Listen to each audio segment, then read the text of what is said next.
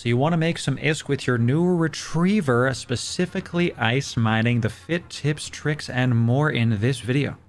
Ladies and gentlemen, welcome in. Loru here, digital advertiser, content creator, and even enjoyer for the better part of 10 years now, and you are smack dab in the middle of our ice mining series. We are getting nice and chilly this holiday season, and we're going to be covering all things ice mining for every ship from the basic to the advanced. Make sure you sub for that. Let's not waste another second. You'll notice that while I'm doing this video, we are currently on the belt mining. Yes, I'm trying to be efficient. I cannot be stopped. The total cost of this vid is going to be 425 million, but that's way too much if you're a new player. You can use the Ice Harvester ones and bring the total cost of your fit to 90 million ISK. Okay, so way more approachable than the 425 that I'm rocking. They're so expensive because we use the Ore Ice Harvesters, the big boys, in the high slot. These go out to 13k. They've got a better harvesting speed, and they also do not have any residue. Residue, put simply, it is a waste of the mining asteroid. You mine the same amount,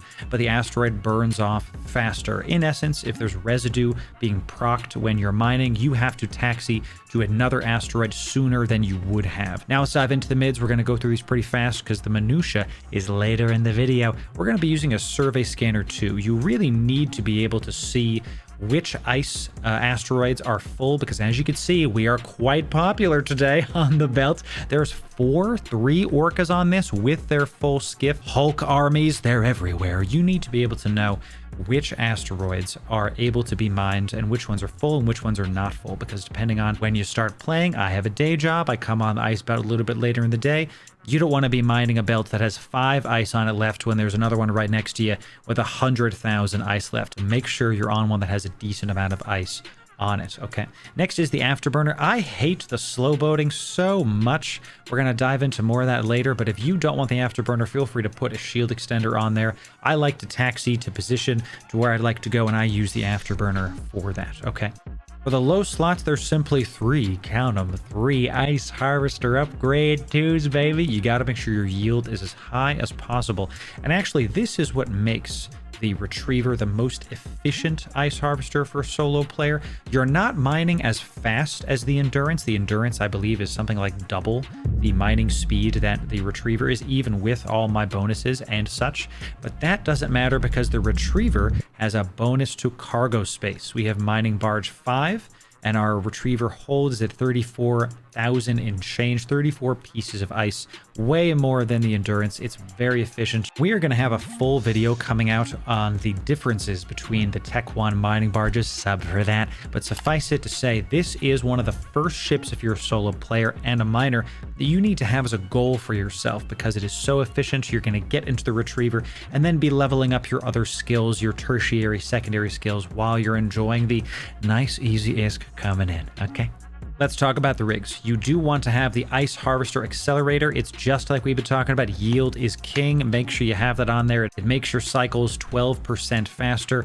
It's necessary. Make sure you get it. Here's the fun stuff. 2 medium low frictional nozzle joints. Say that 5 times fast. This is my school of thought here. The gankers are everywhere. Instead of fitting shield focused stuff here, we're going to be fitting align times. Because I'm a solo player, I'm going to be dropping off stuff at the station, coming back. I'm going to be taxiing far away. I reduce the time for both with the low friction nozzle joints. This is going to give you an 8.6 second align time. This is going to be sub the 10-second align time needed for the Afterburner pulse trick. The reality is, if somebody wants to gank you, they're going to. I just want to get the hell out as soon as possible to let these other juicy targets get hit instead of me. Now let's go for the drones. You are going to be bringing specifically 4 Hornet EC-300s. These are anti-gank measures. 5 Hornet IIs, 5 Drone IIs, light drones, whatever you can fly. These are to kill rats. And then 1 Salvage Drone I. The Salvage Drone is going to be in tandem with the MTU that you're going to bring in your inventory. We've talked about this in past videos, but you're going to want to bring a Salvage Drone and an MTU with you to kill rats and get their loot. Every single time you go out, you're going to get 100,000 ISK here, 100,000 ISK there. Over time, if you keep on doing it, that's a lot of money, especially if you're a newer player. Invest to the MTU and a single Salvage Drone. Just the Tech 1 will do fine. You're sitting on the belt anyway. You don't need to speed up a Salvage Drone. I recommend bringing it. But Loru, we see that you have an ice harvesting drone there. Yes, the ice harvesters are huge. At 50 M3, they take up your entire drone bay, just one of them. So you have to pick. Do you want your combat, anti-gank, and salvage? Or do you want to mine ice faster? When you're on a belt like this that's very popular, you want to bring your ice drone with you because the name of the game is being able to get as much ice as possible before the belt's gone. An hour or two, this is going to be absolutely gone. Those orcas will slurp it up and get the good stuff, some ASMR for you. Okay, bring the ice drone, bring your other drones, and choose based on the situation. All right. Now, before we dive into some tips about how to fly the Retriever, you're a decent ways away into a Loru gaming video, and we recently blew past 22,000 subs, and I want to thank you. It's because of your support. You're enjoying the videos, you're liking, you're doing the comments. Thanks so much. The momentum is here, and I am here for it. I want to get to know all the new people coming in, so make sure you go into the comments, type hashtag secret callout. I will respond to those in a prioritized fashion over the other comments, that non-secret callout gang. They're after I talk to you. In addition to that, if you watched our recent endurance video, you know we're being a little bit generous for the holiday season, spreading the Christmas cheer and giving away literally this ship as you see it. If you want this ship for free, I'll give it to you. Type in the comments, I want that ship, Loru. After a couple days, we're going to give it to you contract again for free. This is my way of saying thanks to all the new people coming in and the existing fans. Check back in a couple days. We'll announce it in the comments and on the channel. There is some nuance to flying the Retriever, so let's dive into some tips right now.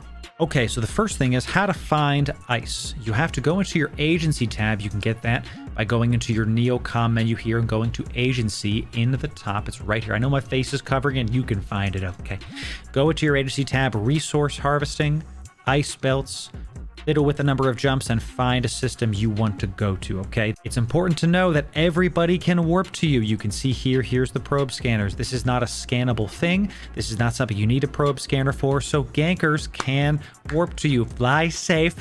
07, make sure that you are far away from the initial warping point. This is our first tip for you. The initial warping point is over here by this poor Mackinaw there, just chugging away. You're going to taxi / warp to the farthest point from that warping spot. You can see we're all the way over here, and then you're going to start mining. This is going to give the gankers even more time to get to you, excuse me. Those precious seconds are all it takes for you to not get ganked, give you time to align out. Once you're in a spot, you're not done. You're going to start mining, of course. You're going to save this location. Press Control B on your keyboard and save ice spot. Loru told me. You're going to save it here so you can warp back to it. Again, you are not going to just simply come here and warp to this every single time you go from the station back to the spot. You're going to go to the spot you saved to cut down on the taxi time. You're going to use the tools Eve gives you to fly better. Okay, your miners are on, your ice drone is there, you've got your location saved. The next thing you're going to do is check local. You're going to click into local, press Control A. This is going to highlight all the names that are in local so you can see who the new people are coming in. You're going to furiously hit your D-scan. If you want to copy the overlay in the D-scan we have, check the video that just popped up. You can literally copy my overlay. I give it to you for free. This is necessary for you to be able to stop gankers coming in. You will not survive a roaming band of frigates coming in trying to kill you. You must have information on your side to be able to beat them. I see a bunch of mining stuff. They're all here. Skiffs, retrievers, and MTU, a single Stratios. If you see combat probes, if you see a bunch of frigates coming in, a bunch of destroyers, get out of Dodge, dock up for a little bit, or go do another activity. We have a bunch of ice mining videos for every single mining ship coming out after this video, so make sure you sub for that. High sec, low sec, some more dangerous activities. And before you go, there's going to be a bunch of Eve focused videos popping up right now. If you want to check those out, I'd really appreciate it. We'll see you in the next video. Thanks.